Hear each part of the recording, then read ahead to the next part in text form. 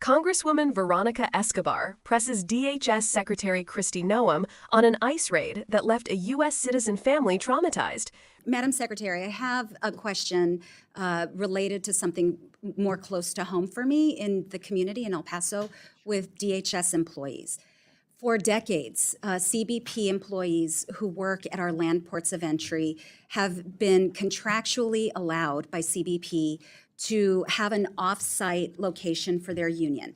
And this off-site location is completely funded by union dues, not by taxpayer money. And again, this was something agreed to in their contract. I was shocked and alarmed to learn that they were told by DHS they could no longer be off-site, and they were forced to come into a DHS facility in El Paso. It's a conference room, media training room. So that part of their contract, that longstanding agreement, was violated in my eyes. Are you aware of this at all? I have heard about it, but I don't know the details of that agreement, so I can follow up with you and get that back to you. And if you would lay out the concerns for being co-located, I think that would be fantastic for me to know. We will. We'll make sure to communicate with your team. Would love to work with you on this. The same has not been true for the Border Patrol Union.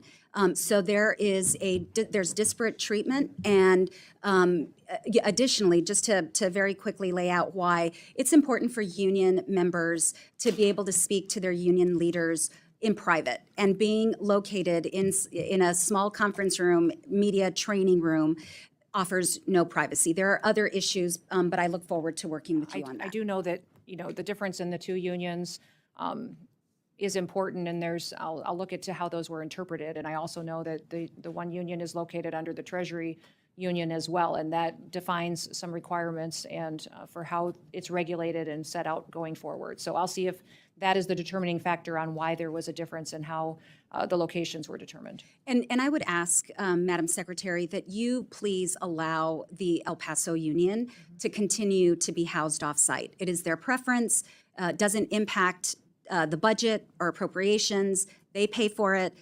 So I don't see a reason why this long-standing, decades-long situation should be changed. So would ask for your support for that, please. I'll look into it. Okay, perfect. I also wanted to ask you about this NBC News story, and I'll enter into the record this article as well. U.S. citizen family traumatized after ICE raided their Oklahoma home in search of someone else. And according to the local affiliate, KFOR, which was reporting on this story, immigration agents raided the home last week. They had a search warrant for the home, but the suspects listed on the warrant were no longer living in the home. The family was forced to wait outside in the rain during the search. A mother and her girls, all U.S. citizens. Their money was taken, their laptop, their cell phone. I asked you at the top of our first round if you believed it was important for DHS, and if you would attest to the fact that DHS needs to rectify any mistakes.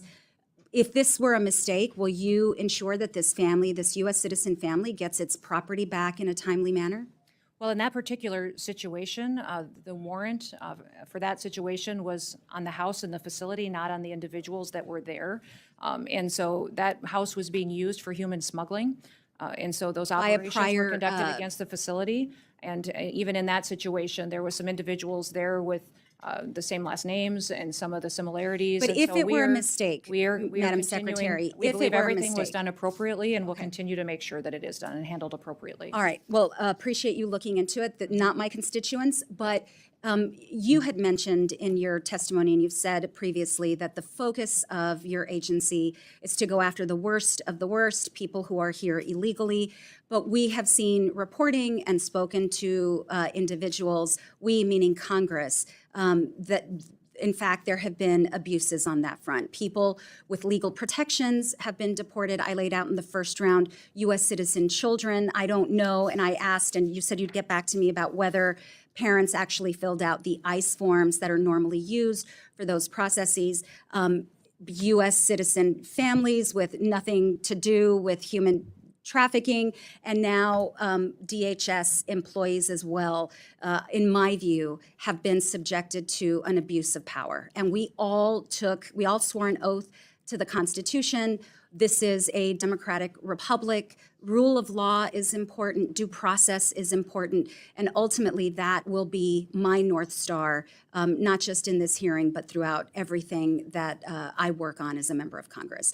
I thank you, Madam Secretary, and Mr. Chairman, I yield back. What you just witnessed in that exchange between Congresswoman Veronica Escobar and Secretary Kristi Noem is far more serious than a bureaucratic disagreement. It's a direct confrontation over constitutional rights, due process, and the misuse of federal power under an administration that claims to be restoring law and order. What Escobar exposed in this hearing is the growing gap between the rhetoric of the new DHS leadership and the real-world consequences their decisions are having on American citizens, federal employees, and immigrant families caught in the crossfire.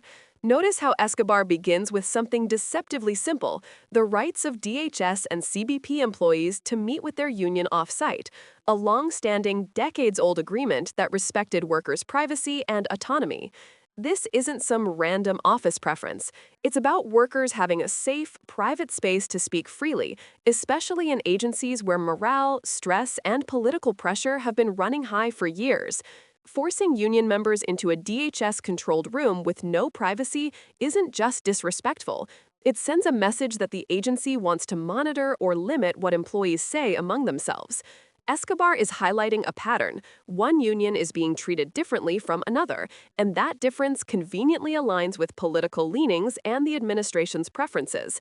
That is how politicization starts, quietly, through small administrative moves that undermine long-held worker protections. But the moment the hearing shifts to the Oklahoma ICE raid, the stakes rise dramatically. Here, Escobar brings forward a case that should alarm every American regardless of party: U.S. citizens, a mother and her daughters, standing outside in the rain, money taken, electronics seized, and their home searched because ICE had a warrant for the house, not the people. The individuals ICE was looking for didn't even live there anymore. In any functioning democracy, that would trigger a full review, an apology, and immediate restitution.